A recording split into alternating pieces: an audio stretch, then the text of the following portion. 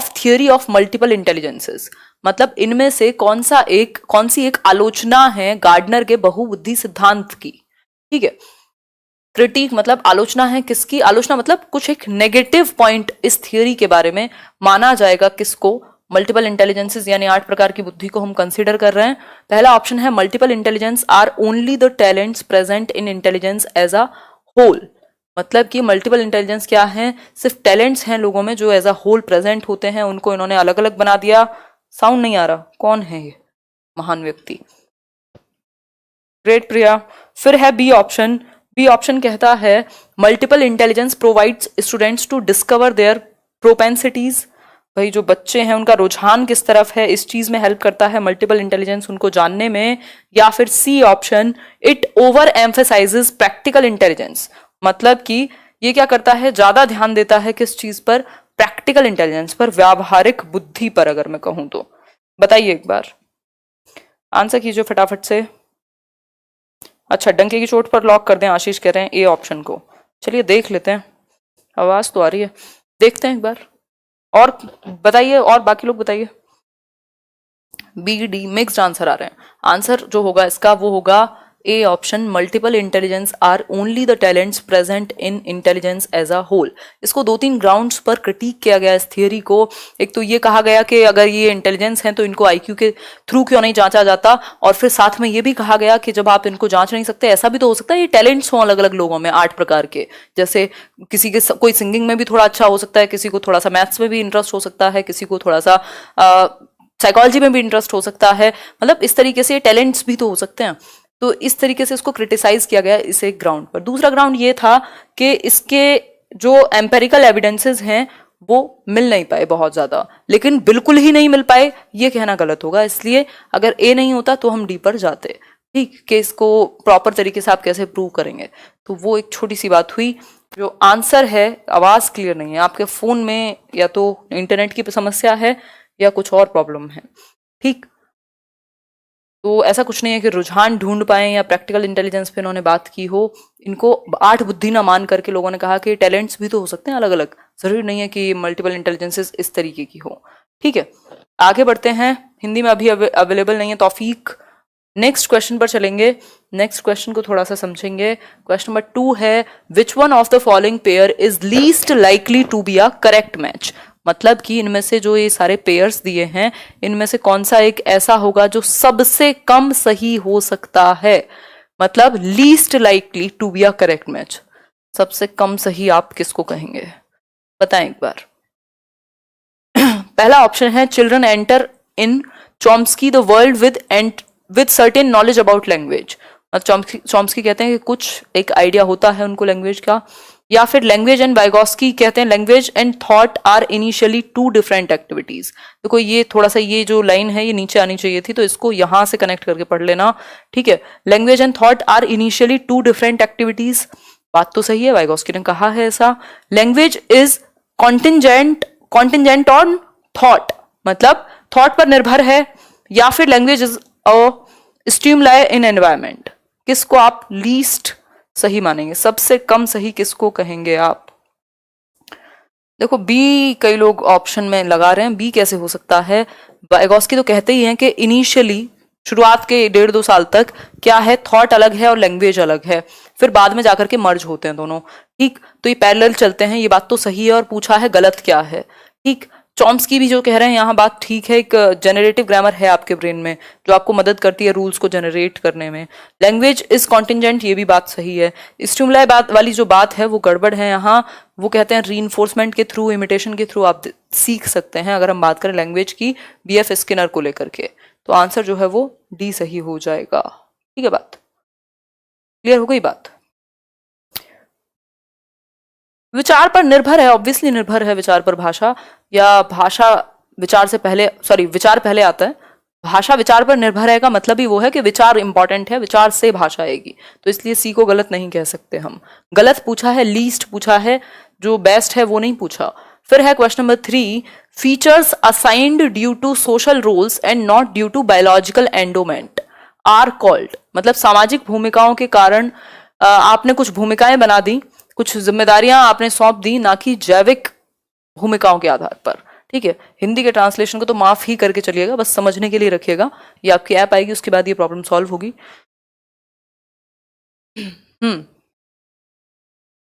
बताइए Akshay, gender role attitudes कहेंगे, gender role strain कहेंगे, जेंडर रोल स्टीरियोटाइप कहेंगे, या जेंडर रोल डायग्नोस्टिसिटी कहेंगे? आंसर कीजिए थोड़ा सा। सी ऑप्शन, मतलब जेंडर रोल स्टीरियोटाइप, एग्जैक्टली। जब आपने समाज के आधार पर, यानी कि सोशल रोल्स के आधार पर, कि महिलाएं जो है घर का काम करेंगी, पुरुष बाहर जाकर के काम करेंगे, ये क्या है, समाज ने भूमिकाएं बनाई थी, उनको ही आपने अपना लिया, ना कि बायोलॉजिकल एंडोमेंट्स के हिसाब से। ठीक है, बायोलॉजिकल एंडोमेंट क्या है कि जो आपकी फीमेल है वो मतलब बच्चे को जन्म देंगे, ये क्या है, एक बायोलॉजिकल एंडोमेंट है, इसमें परिवर्तन नहीं कर सकते आप, तो ये तो नॉर्मल है, ये तो नेचर से ही वैसा है। ठीक, लेकिन आप ये कहें कि झाड़ू जो है वो पुरुष नहीं लगा सकता, तो ये क्या हुआ, ये आपने सोशल भूमिकाओं में बांध दिया। दैट मीन्स इसी को हम जेंडर रोल स्टीरियोटाइपिंग कहते हैं। ठीक है बात, आगे बढ़ेंगे। All of the following promote assessment as learning except, मतलब ये सभी जो है असेसमेंट एज लर्निंग को प्रमोट करते हैं, किसी एक बात को छोड़ के। एक्सेप्ट का मतलब नॉट ही मान लिया करो, लीस्ट ही मान लिया करो। और आंसर कीजिए एक बार। अच्छा, बहुत बढ़िया उषा जी। पहला ऑप्शन है telling students to take internal feedback. आप कहेंगे देखो, बताओ एक बार आपको कहां समस्या आई है। या फिर generating a safe environment for students to take chances, एक सेफ एनवायरनमेंट बनाया जाए जहां बच्चे कुछ चांस ले सकें, कुछ अपने मन का इनिशिएट कर सकें। या फिर tell students to reflect on the topic taught, उनको कहें कि एक बार प्रकाश डाल के देखो, रिफ्लेक्ट करके देखो जो पढ़ाया है वो किस हद तक समझ आया और कहां समस्या है। या फिर D option, testing students as frequently as possible, जितना ज्यादा हो सके आप बच्चों को टेस्ट करें, चेक करें उनको। बताइए एक बार क्या होगा इसका सही आंसर। बहुत बढ़िया जसमीत, वेलकम है आपका। आंसर कीजिए फटाफट से लाइक और शेयर करने के बाद। डी होगा इसका आंसर। देखो, लगातार बार बार हर बार आप सिर्फ टेस्ट करते रहें, ये नहीं होगा इसका मेन मुद्दा। ठीक है, मतलब फ्रीक्वेंटली क्या करना, टेस्ट करना बच्चे को, ये मेन मुद्दा नहीं है। ठीक, हर टाइम आप टेस्ट कर रहे हैं, ये असेसमेंट एज लर्निंग नहीं है। असेसमेंट एज लर्निंग है जब बच्चों को मौका मिले खुद के लिए फीडबैक लेने का, वो देख पाए, वो सेल्फ असेस कर पाए कि उसमें कमी कहाँ है, वो कैसे सीखता है। तो बाकी ये तीनों चीजें ठीक हैं। ये इंटरनल फीडबैक वो ले पाए, बता पाए बच्चा कि भाई मुझे यहाँ समस्या है, ऐसे ऐसे है। सेफ एनवायरनमेंट हो जहां वो खुद से इनिशिएट कर सके, और अपने जो भी पढ़ाया गया उस चीज पर वो रिफ्लेक्ट करके देखे स्वयं से। मतलब बच्चा एक्टिव है, ड्यूरिंग प्रोसेस है, जब आप लर्निंग के दौरान क्या कर रहे हैं, असेस कर रहे हैं बच्चे को। ठीक है, बहुत बढ़िया मधु कुमार वर्मा जी, बहुत महीनों बाद जुड़ी आप। आगे बढ़ते हैं। क्वेश्चन नंबर 5 है आपके सामने, ध्यान से पढ़िएगा थोड़ा सा। हाँ, किसको आवाज नहीं आ रही है। असेसमेंट एज लर्निंग मतलब सेल्फ, खुद बच्चा असेस करे या पीयर्स के साथ असेसमेंट करे। ठीक, विच मतलब आप उसको फ्री छोड़ रहे हैं, चाहे वो फीडबैक देने के लिए हो, चाहे आप उसको कुछ चांस लेने के लिए हो, चाहे वो अपनी लर्निंग पर रिफ्लेक्ट करने के लिए हो। ठीक, which of the following will be most appropriate to maximise learning, इनमें से कौन सी एक चीज अप्रोप्रिएट या मोस्ट अप्रोप्रिएट होगी लर्निंग को मैक्सिमाइज करने के लिए, यानी लर्निंग आपकी ज्यादा से ज्यादा हो, इस चीज के लिए कौन सी एक बात सबसे बेहतर होगी। मोस्ट, देखो इसको ध्यान से पढ़ लिया करो, मोस्ट, लीस्ट, नॉट, एक्सेप्ट, इनको पढ़ करके नंबर बचाए जा सकते हैं पेपर में। पहला ऑप्शन है teacher should identify her cognitive style as well as of her students cognitive style. जो टीचर है वो आइडेंटिफाई करे अपने कॉग्निटिव स्टाइल को, उनका संज्ञानात्मक स्तर किस तरीके का है, वो किस तरीके से चीजों को सिखा सकती हैं ज्यादा बेहतर, और बच्चों के कॉग्निटिव स्टाइल को कि वो कैसे सीखते हैं। फिर है individual difference in student should be smoothened by pairing similar students. जो इंडिविजुअल डिफरेंसेस हैं उनको आप स्मूथ बना दो, एक जैसा कर दो, मतलब खत्म करने की बात हो रही है इंडिविजुअल डिफरेंसेस को। या फिर C option, teacher should focus only one learning style to bring optimum result. सिर्फ एक ही प्रकार के बच्चों पर, मतलब सिर्फ विजुअल पर ही फोकस करे, जो देख करके सीखते हैं उनको चार्ट से ही सिखाता रहे, बाकी बच्चों पर फोकस ना करे।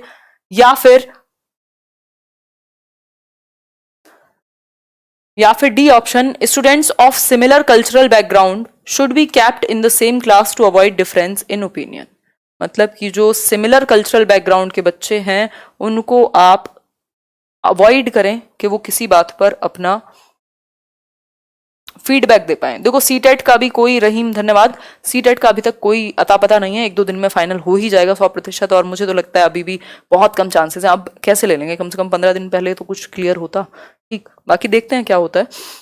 तो मैक्सिमाइज कैसे कर लेते हैं लर्निंग को, आप कैसे कर सकते हैं मैक्सिमाइज लर्निंग को, तो इन चारों ऑप्शंस को देखते हुए एक ही भला ऑप्शन है यहाँ, जिसको हम ए ऑप्शन कह सकते हैं। Teacher should identify her cognitive style as well as of her students cognitive style. भाई वो कैसे सिखाना ज्यादा बेहतर सिखा सकती हैं और बच्चे कैसे ज्यादा बेहतर सीख सकते हैं, उनका क्या स्टाइल है, बाकी के ऑप्शन क्यों नहीं होंगे, इनको एक एक करके पढ़ लेते हैं। ठीक है प्रतीक, पॉसिबल नहीं है ना, अभी भी आप कई हजार में जुड़े हुए हैं। Individual difference in student should be smoothened. आपका काम जो है वो बच्चों को, एक जैसे बच्चों को एक साथ रख के इंडिविजुअल डिफरेंसेस खत्म करना नहीं होता। फिर है teacher should focus on only one learning style. सिर्फ एक लर्निंग स्टाइल पर अगर आप फोकस करोगे तो ऐसा भी बच्चा होगा जिसको करके ज्यादा अच्छे से समझ में आता होगा, जिसको सुन के ज्यादा अच्छे से समझ में आता होगा, जिसको देख के ज्यादा अच्छे से समझ में आता होगा। यानी कि सिर्फ आप एक पर फोकस नहीं कर सकते, लर्निंग स्टाइल्स को आपको मर्ज करना होता है या फिर नीड के अकॉर्डिंग यूज करना होता है।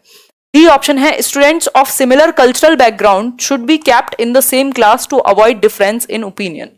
मतलब कल्चरल बैकग्राउंड मतलब जो एक जैसी संस्कृति के बच्चे हैं या एक स्टेट के बच्चे हैं उनको आपने एक क्लास में रख लिया, बाकी बच्चों को आपने एक में रख लिया, कि ओपिनियन अलग अलग नहीं होनी चाहिए। इसका मतलब आप इंडिविजुअल डिफरेंसेस को खत्म कराने की बात कर रहे हैं, तो डी ऑप्शन यहां सिंपली गलत है। ठीक है,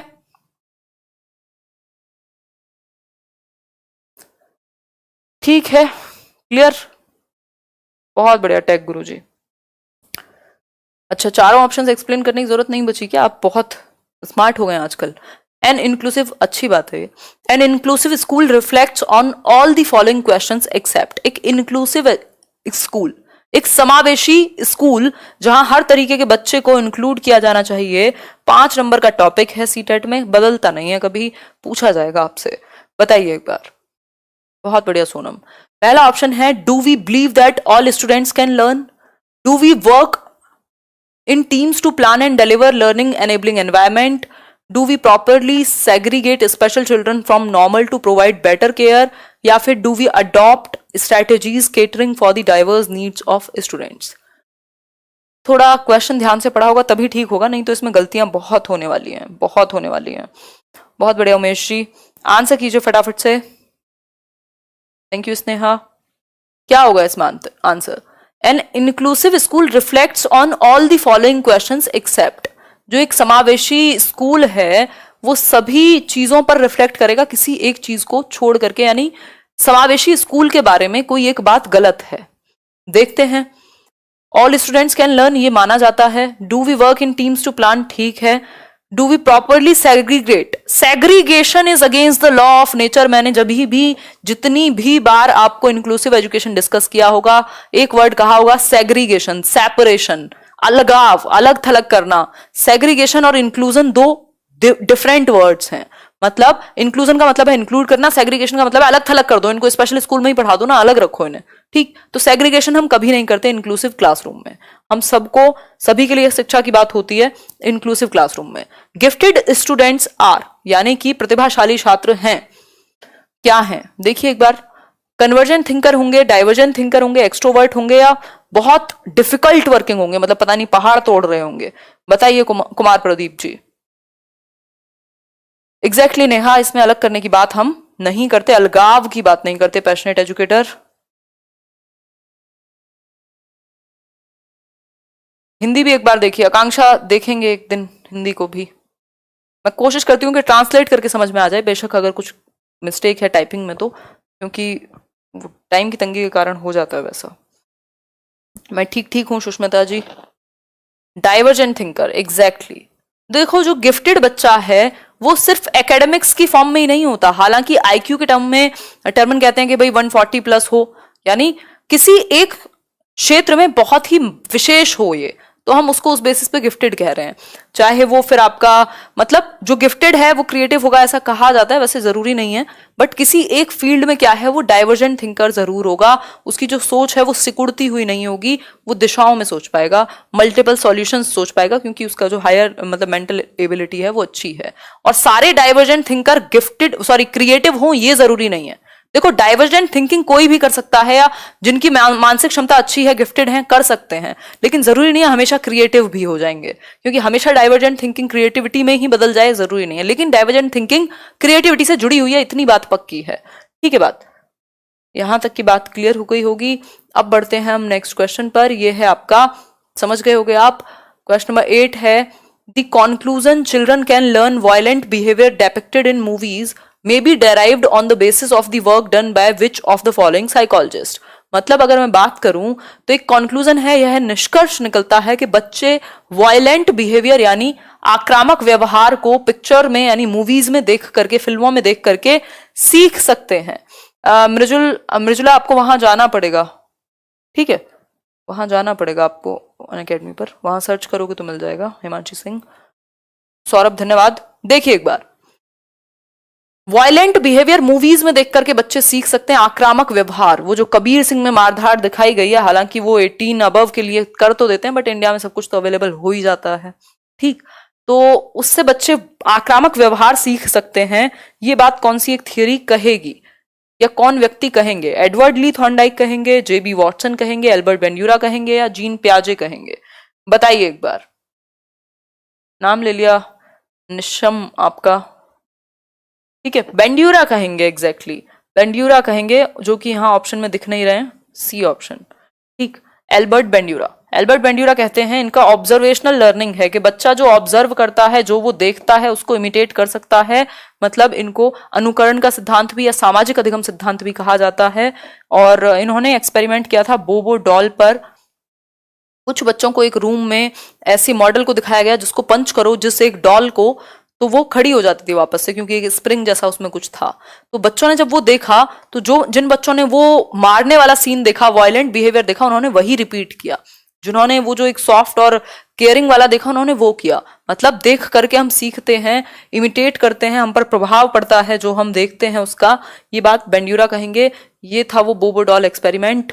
और अगर मैं बात करूं तो वाइकेरियस लर्निंग की भी यही बात करते हैं। वाइकेरियस मतलब इनडायरेक्ट, जो आपके सामने नहीं। मान लीजिए किसी एक और आपके बराबर में बच्चा बैठा था, उसको डांट पड़ गई तो आप अपने आप डर जाते हैं, पूरी क्लास शांत हो जाती है।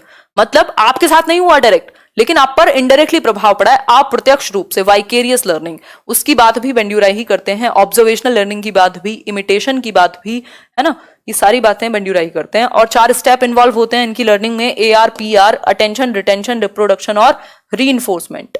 ठीक है बात। तो ये कुछ कुछ चीजें जिनको रिवाइज कर लिया करो। इनकी थियोरी मैंने कराई हुई है, सर्च करके एक बार देख लीजिएगा जो लोग नए जुड़े हैं। देखिए एक बार, क्वेश्चन नंबर 9 है, if students repeatedly make errors during a lesson a teacher should. अगर बच्चे जो हैं वो लगातार क्या हैं, गलतियां कर रहे हैं किसी एक काम को, किसी एक लेसन को करते हुए। देखो गलतियों से एक क्वेश्चन आपका जरूर आता है, गलतियों से एक क्वेश्चन जरूर आता है, मतलब एरर्स से एक क्वेश्चन जरूर आता है। और ये आपकी बिल्कुल कॉमन सेंस पर बेस्ड होता है, इसमें आपको कोई थ्योरी पढ़ने की जरूरत नहीं होती। ठीक, तो एरर की अगर हम बात करें, बच्चे गलतियां करते हैं बार बार किसी एक लेसन को करते हुए, किसी एक पार्ट को करते हुए। कोई बात नहीं खुशबू, पहला ऑप्शन है make changes in the instruction, make changes in instruction, tasks, timetable or sitting arrangements, leave the lesson for the time being and come back to it after some time, identify the erring students and talk to principal about them। erring होता है पापी बच्चे।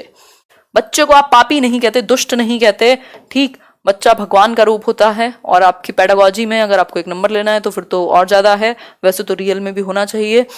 फिर है make earning students stand outside the classroom. फिर से ये word जहां दिख जाए ना, पूरे इंग्लिश पेडागोजी हो चाहे CDP हो, दौड़ लगा देना कि ये ऑप्शन नहीं होगा जब तक ऊपर नॉट ना लिखा हो। ठीक है, तो एक बार बताइए, देखो सारा खेल पेडागोजी में लैंग्वेज को समझने का है।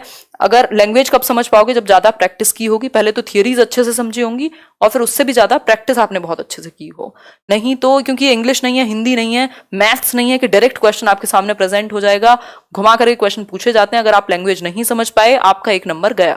ठीक, तो क्वेश्चन को पढ़ के समझना जरूरी है। मनोहर जी धन्यवाद। बताइए एक बार, अगर मैं बात करूं, एक बच्चा है जो रिपीटेडली एक लेसन को करते हुए गलतियां करता है, इसका मतलब है कि आपको अपनी इंस्ट्रक्शन में यानी अपने मेथड में थोड़ा बहुत परिवर्तन करने की जरूरत है। जो टास्क आप उसको दे रहे हैं उसको थोड़े नए तरीके से या कुछ और टास्क देके देख लो, या टाइम टेबल और सिटिंग अरेंजमेंट आगे पीछे कर लो, उस बच्चे को आगे बिठा लो या किसी ऐसी जगह बिठाओ जहां वो कंफर्टेबल हो। टाइम टेबल में थोड़ा बहुत चेंज कर लो, उसको थोड़ा ज्यादा समय दे दो, कई बार फ्लेक्सिबिलिटी ला सकते हो। ठीक है, तो आप खुद में चेंज करने की बात करते हैं, ना कि बच्चे में। ठीक है जी, बहुत बढ़िया निशा माथुर, क्लियर हो गई बात। ऐसा नहीं होता कि कुछ टाइम के लिए लेसन छोड़ दो और फिर आ जाओ, बाकी के दो तो होंगे ही नहीं। तो ऑप्शंस को हटाना अगर हम सीख जाएंगे तो आसानी हो जाएगी। क्वेश्चन नंबर 10 है, following are some techniques to manage anxiety due to an approaching examination. भैया पेपर आ रहा है 5 जुलाई को, मान लेते हैं, ऐसा है नहीं, वैसे मुझे नहीं लगता है। तो 5 जुलाई को अगर एग्जाम है तो आपको हो रही है टेंशन, एंजाइटी हो रही है आपको, है ना। तो उस एंजाइटी से बचने के लिए या उसको मैनेज करने के लिए क्या चीजें की जा सकती हैं? एक्सेप्ट अब समझ जाओ, एक्सेप्ट लिखा है तो नॉट मान लो, लीस्ट मान लो, और जहां लीस्ट एक्सेप्ट नॉट दिखे कान खड़े करके एकदम 3 इडियट वाले और ध्यान से आंसर करना है। ठीक है, तो पहला ऑप्शन है familiarising with the pattern of question paper. आप पैटर्न से परिचित हो, आपको पता ही नहीं है कि 150 नंबर में कैसे क्वेश्चन आता है। आधे लोग वहां इंग्लिश लैंग्वेज 1 या लैंग्वेज 2 में उलझे रहते हैं पेपर में। उसका रीजन क्या है? आपने पहले फैमिलराइज नहीं हुए, आप परिचित नहीं हुए उस पैटर्न से, क्योंकि आप लगे रहे मॉक टेस्ट के चक्कर में, आपने प्रीवियस ईयर को देखा ही नहीं। फिर है, खैर मॉक टेस्ट भी हेल्प करते हैं बट यहां जरूरत नहीं है सीटेट में। मुझे लगता है अगर आपने सारे प्रीवियस ईयर बहुत अच्छे से किए हैं, पहली बात तो आप कर ही नहीं पाएंगे, क्योंकि 2011 से 19 तक, वो भी साल में 2 बार होता है पेपर, उसमें भी पेपर 1 में भी कुछ सब्जेक्ट्स कॉमन है, पेपर 2 में भी, है ना। तो पैटर्न से आप फैमिलराइज करें। Thinking too much about the result 5-10 ही कर लो, ज्यादा तो नहीं हो सकते। ठीक, ज्यादा सोचना रिजल्ट के बारे में, सपोर्ट सीख करना या एम्फेसाइजिंग स्ट्रेंथ्स, मतलब जो सब्जेक्ट आपका बहुत मजबूत है उसको और अच्छे से करना, और वीक वाले को इतना कर लेना कि आपका काम चल जाए। तो ये बात तो सही है, इससे आप अपने एंजाइटी को मैनेज कर सकते हैं। दूसरा, सीकिंग सपोर्ट बुरा नहीं होता कभी भी। किसी से बात करना या कभी सपोर्ट लेना या कहीं प्रॉब्लम है तो उसको डिस्कस करना बुरा नहीं है ना। घर में भी बैठ सकते हो मम्मी पापा के पास भी। फिर thinking too much about the result, ये है बिल्कुल बोन ऑफ कंटेंशन, ये प्रॉब्लमेटिक चीज है कि यदि आप 24 घंटे ये सोचते रहेंगे कि परिणाम क्या होगा, तो फिर आप एक्शन नहीं कर पाएंगे या आप एंजाइटी डिप्रेशन परेशानी में आएंगे ही, है ना।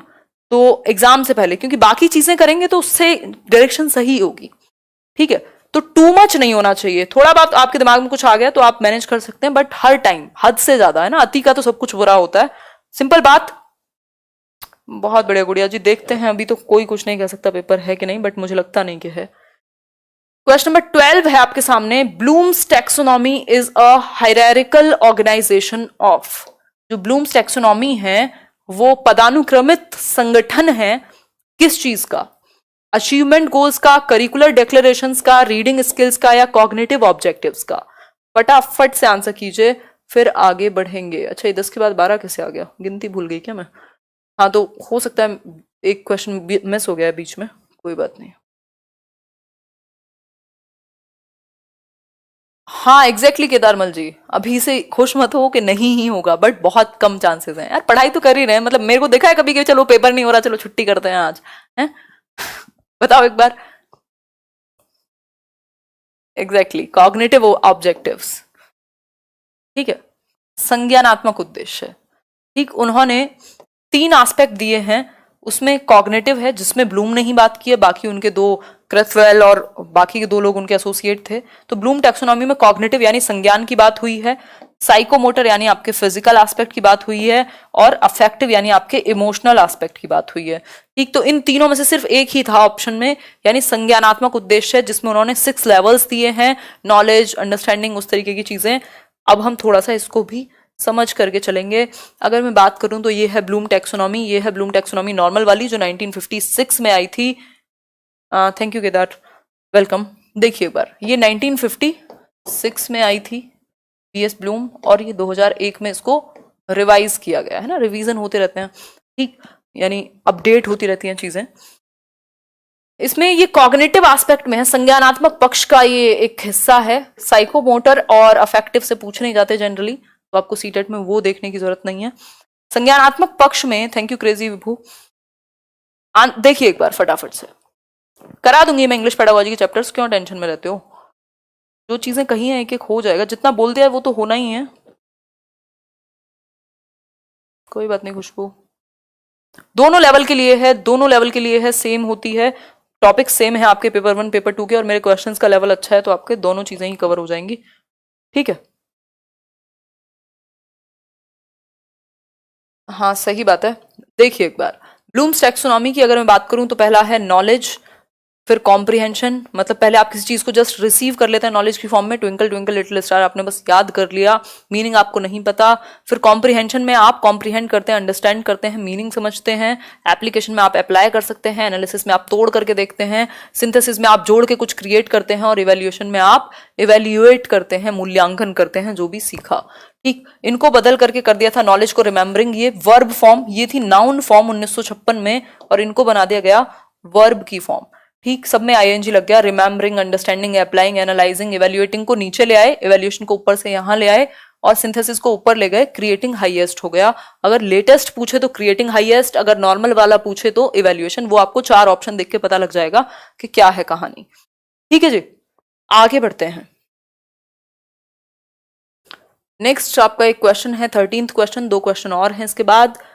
Even though this was clearly in violation of his safety needs, captain Vikram Batra died fighting in the Kargil war while protecting his country. He might have, अभी भी सिचुएशन ऐसी चल रही है।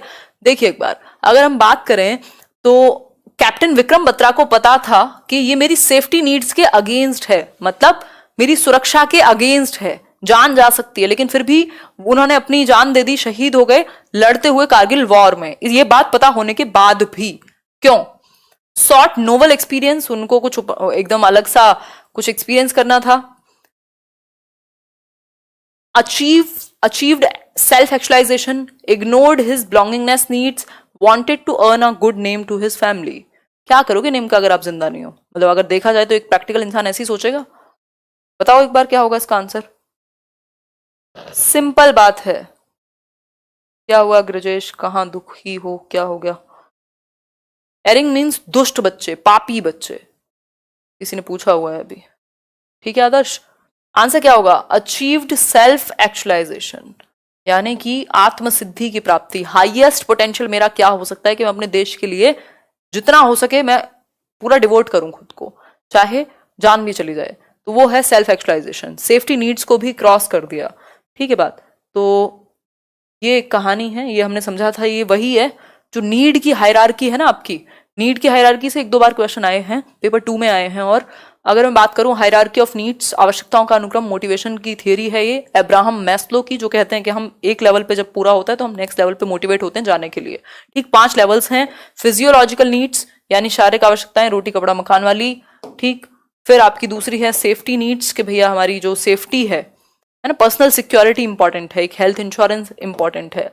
लव एंड बिलोंगिंगनेस, एक फैमिली हो, एक इंटीमेट रिलेशनशिप हो, या सेंस ऑफ कनेक्शन आपको फील हो, यार दोस्त एंड ऑल। ठीक, सेल्फ एस्टीम है कि आपको रिस्पेक्ट फील हो समाज में, और सेल्फ एक्चुअलाइजेशन है आपका हाईएस्ट पोटेंशियल क्या है, आप किस चीज के लिए बने हैं, वो वाली चीज। ठीक, तो उनका लेवल जो रहा होगा वो यही रहा होगा। और कल जो एक क्वेश्चन हमने किया था कि एक माँ की अपने बच्चे को बेचने की खबर आई क्योंकि भूख से मर रही थी वो, तो वो उनकी फिजियोलॉजिकल नीड्स पूरी नहीं हो पा रही थी, शारीरिक आवश्यकताएं। ठीक है बात? हाँ ज्योति बत्रा जी बताइए क्या सुनना है। नेक्स्ट क्वेश्चन है second last, which one of the following is correctly matched? इनमें से कौन सी एक चीज जो है वो सही तरीके से मैच्ड है? रूबी आंसर कीजिए। फिजिकल डेवलपमेंट एनवायरमेंट और डेवलपमेंट से होगा, कॉग्निटिव डेवलपमेंट मैचुरेशन से आएगा, सोशल डेवलपमेंट एनवायरमेंट से आएगा, मॉरल डेवलपमेंट मैचुरेशन से आएगा। एक बार आंसर कीजिए फिर हम लोग आगे बढ़ेंगे। कीजिए आंसर। ठीक है जी, मैं हिंदी में ज्यादा यूज करूंगी। गोपाल शुक्ला जी, ओ ग्रेट। हामिदा बेगम, आंसर कीजिए क्या होगा? सोशल डेवलपमेंट आपका एनवायरमेंट से होता है फॉर श्योर, पूरे तरीके से। सामाजिक जो विकास है वो पर्यावरण से होगा, पर्यावरण से। कॉग्निटिव जो है वो मैचुरेशन से होगा, टोटली मैचुरेशन से नहीं होता। कॉग्निटिव आपकी स्किल्स से भी होता है, उसमें और भी बहुत सारी चीजें हैं, एक्टिविटी से भी होता है, प्याजो ने 4 चीजें बताई हैं। फिजिकल जो है वो एनवायरमेंट से हो नहीं, आपके जीन्स भी इंपॉर्टेंट है ना। आपकी हाइट एक लिमिट से ज्यादा नहीं बढ़ सकती अगर आपने वो जीन्स जो है छोटे वाले किए हुए हैं। एक्वायर। मॉरल जो है, मॉरल भी समाज से, एनवायरमेंट से ज्यादा प्रभावित होता है। तो सबसे ज्यादा जो प्रभावित होगा सोशल डेवलपमेंट, वो एनवायरमेंट से कनेक्टेड है, सीधा सीधा। ठीक है बात। आगे बढ़ेंगे। डिसलेक्सिया और डिस्प्रेक्सिया में क्या डिफरेंस है, मैं अभी बता दूंगी किंजल, लास्ट में बता दूंगी। डिस्प्रेक्सिया और डिसलेक्सिया पूछा है ना, अभी करेंगे डिस्कस। लास्ट क्वेश्चन है आज के लिए, फिर डिस्प्रेक्सिया समझेंगे। क्वेश्चन नंबर 15 है, कह रही हैं आप, इंस्टा पे भी पूछा है आपने, यार नहीं देख पाती हूँ मैं messages. A teacher shows two identical glasses filled with an equal amount of juice in them, she empties them in two different glasses, one of which is taller and the other one is wider. She asks her class to identify which glass would have more juice in it. Students reply that the taller glass has more juice in it. Her students have difficulty in dealing with. इन बच्चों को किस चीज से deal करने में समस्या हो रही है, बताएं एक बार। Thank you Harsha. देखिए एक बार आंसर कीजिए, क्वेश्चन देखिए एक बार। अगर मैं बात करूं, एक टीचर हैं, दो आइडेंटिकल ग्लासेस में भरा हुआ था सेम जूस, फिर उन्होंने क्या किया, एक चौड़े बर्तन में कर दिया और एक टॉल ग्लास में। अब बच्चों ने कहा कि इसमें ज्यादा है जो टॉल है, मतलब उन्होंने हाइट पर ही फोकस किया उस ग्लास के। तो बच्चों को प्रॉब्लम कहां हो रही है, देखो क्वेश्चन ध्यान से पढ़ना, नहीं तो गलत हो जाएगा। हर students have difficulty in dealing with, किस चीज को डील करने में डिफिकल्टी हो रही है ये बताइए। Thank you Monika. हाँ गड़बड़ कर रहे हो भाई।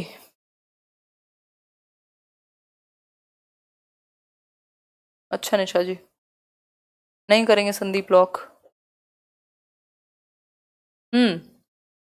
डिसेंटरिंग, डिसेंटरिंग